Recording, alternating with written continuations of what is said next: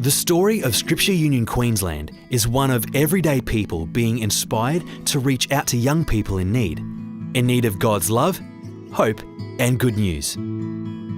These everyday people all shared a vision to see each child and young person connected and supported in community, serving others, and experiencing fullness of life.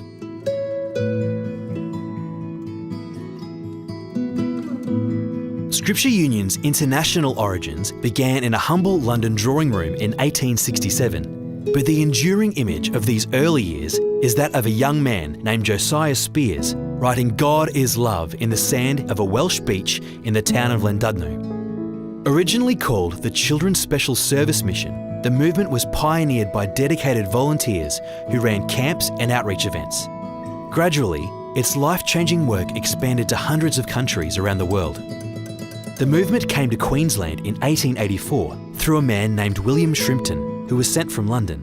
By 1908, there were 3,000 members in the state. I attended my first Crusader camp in January 1945 under canvas at Closeburn on the banks of Cedar Creek, where we camped in tents and slept on straw-filled bags, palliasses. The first night you didn't sleep very well, but by the second and third night things had settled down and it was quite comfortable. But we had some wonderful times there. Norman Porter, who was one of the early people in Scripture Union, he was the first paid worker and was appointed towards the end of 1944. Ormond had gone on his first Scripture Union camp in 1929, run by Alex Brown. Years on, deeply impacted by the camp, Ormond wrote, "If I could do something for these young people as Alex Brown did for me, then that was to be my calling." Ormond's time was one of pioneering and building as the movement became established. This was during the war years. There were no camps for children and no holidays and things like that. So Ormond looked on the idea of using tents that he could buy from the army to set up camps, and so that's how we came to camp under canvas. Probably my first memory is going to what they called a drawing room meeting in 1950. I went to the school and I went to the Crusader group and I took my friends along. The impact Scripture Union's had on my life is to make me realise what it is to serve. And I think that the impact the Scripture Union has on people is the rich fellowship, the learning experience, doing new things together, and getting on with each other despite the fact that we may not always agree, but we are always of one mind that it's to reach young people and to disciple them. Yes, it would have been about 1962 that I first went to this beach mission at Maroochydore. Yeah, great experience.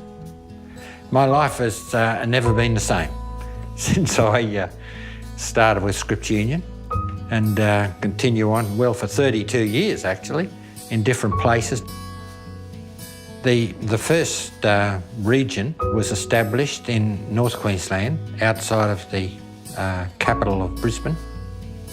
Scripture Union developed strong partnerships with local churches. This invaluable support allowed SU programs to expand. And they saw the worthwhile practical things that Scripture Union could do, and the support we were able to give them at that time. And the school groups, we used to call them ISCF groups then, the Inter-School Christian Fellowship, and that existed in primary schools and also in high schools. In 1972, Dr. Jim Rawson, returning Queensland local with a doctorate in veterinary science, took up the position of State Director of SU Queensland. The early days of chaplaincy were really fascinating because we had been doing the Christian Option program. And we went to about 36 different schools. Schools were very happy to have us because it was a well-organised and well-presented program and it had real integrity. And then we attached a camp to that. But we discovered that there were needs in the young people that we couldn't meet just being there. 6 weeks. Keith Drinkle, he saw that it was a very important time to try and have someone there full time to minister to the needs, whether they be spiritual, social, behavioural, whatever sorts of needs. I joined SU in 1974, so 19 years I was there in various roles as ISCF staff worker, then as the leader of the ISCF team, then as the Deputy Director for about 10 or 11 years. I was always looking for ways to improve religious education in schools. I had a dream one night of a way we could do that by employing a two-man team who would go into a school for a month, live in the school virtually, become part of staff, and to just work their way systematically through what the Christian message was all about on behalf of all the local churches. And just at that time, at McGregor High School, the ministers in that area appointed an RE teacher full-time to teach in the school. And about a year after that, Craigsley High School and Everton Park High, where I used to be, as chaplains in the school 2 days a week, paid for completely by the churches. But they realised that they couldn't go any further than that because at that time, Northside Christian Family Church in north of Brisbane sent us to SU a cheque for, I think, $42,000, Jim tells me, and with a little message that said, put chaplains in schools. If you don't do it within a year, we'll take it back. So I went to our council, and our council gave me a month off to go and talk to the education department and talk to all the principals of schools or whatever to see whether it would be okay to place chaplains in schools. The overwhelming response was yes.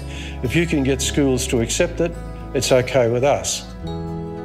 In 1990, the school chaplaincy program of today had its beginnings. Around the same time, schoolie celebrations on the Gold Coast, among other locations, had begun to grow significantly, and the search was on for a positive alternative. SU Schoolies was an interesting development, and again it was another one of Keith Drinkle's ideas. Well, instead of going to the wild sort of stuff, particularly down at Surfers Paradise, he could run a camp which would give people an enormously wonderful experience, but also have a very strong Christian flavour to it. The position of State Director became the CEO, and Duncan Brown took the reins from Jim in a time of tremendous growth. So obviously I'd come into SU and chaplaincy was just a few years old. I think everyone was excited, but I think I came in just after a period where SU was realising, okay, we're no longer this lean, mean volunteer organisation. We actually now have 80 chaplains. So SU's capacity to resource this growing army of frontline ministry workers was really being stretched. And so I guess the first thing I did was realise, you know, we need a vision that actually unites this diverse and growing movement. And it's not about camping, it's not about chaplaincy, it's still about reaching and engaging young Australians. We started things like Stock Up for Hope, you know, a creative way of resourcing chaplains in the bush by selling cattle. We did everything possible. All of these things happened. It wasn't about the money, but it was about God building a foundation for what was to come. It was during this time that SU Queensland introduced the Connect Camp for at-risk boys. I can still remember my first Connect Camp with Roy Devine. I'd never been on a Connect Camp before, and you know, Roy had come to us and said, look, can we bring Connect under the SU umbrella? And I thought, well, I better go and check this out. They were Year 9 boys. They were involved in truancy or beginning a life of crime or substance abuse. And so the collaborative process by which the vice principal would bring these names, and then Roy would say, well, I want the boys that have no positive male role model in their lives. It was about fathering the fatherless. Despite these dynamic, ever-changing circumstances, there's one thing that has remained consistent for more than 100 years. One thing that hasn't changed in SU Queensland in our observation is the people. They're different people, different faces, young people, but younger people, but really hasn't changed. They're still fabulous. They continue to research new avenues all the time. They don't just sit still. I know that people are out there researching all the time, looking for new ways to be relevant to young people in this day and age with all the different needs that they have and the different pressures they have. SU is really impacting them. And I see what we can do in Scripture Union is present an opportunity to children, whether on a camp or through our chaplains, to just see that they have an inherent value, that there's a God who loves them, that they can be valuable without having to perform, but just by being. The heart of what we do actually is the child. And so every interaction that we have is a trusted and trained adult working with the child. That's the core element of what we do. And it's no different now than it was back then. It's grassroots, it's personal, it's relational, and it all comes down to an encounter with a child to create a sense of hope and meaning and purpose for them in their lives. I think my hopes for SU Queensland is that it just stays true to its mission, and that is to engage the hearts and minds of young people and help every young person realise that they matter, to put every young person in contact with a caring adult who can show them unconditional love and support. And that is motivated by faith and the belief that, you know, they matter to the one who matters most, and that's a loving God. So I just hope they stay true to that mission. And you know, I think we always have. The history of Scripture Union Queensland is testament to those faithful individuals who have experienced a loving God through SU and want to pay that forward to the next generation. We are indebted to those of the past for the foundations they laid and the legacy they created, which we have now inherited. Today, we carry that legacy, a gift we will leave for future generations.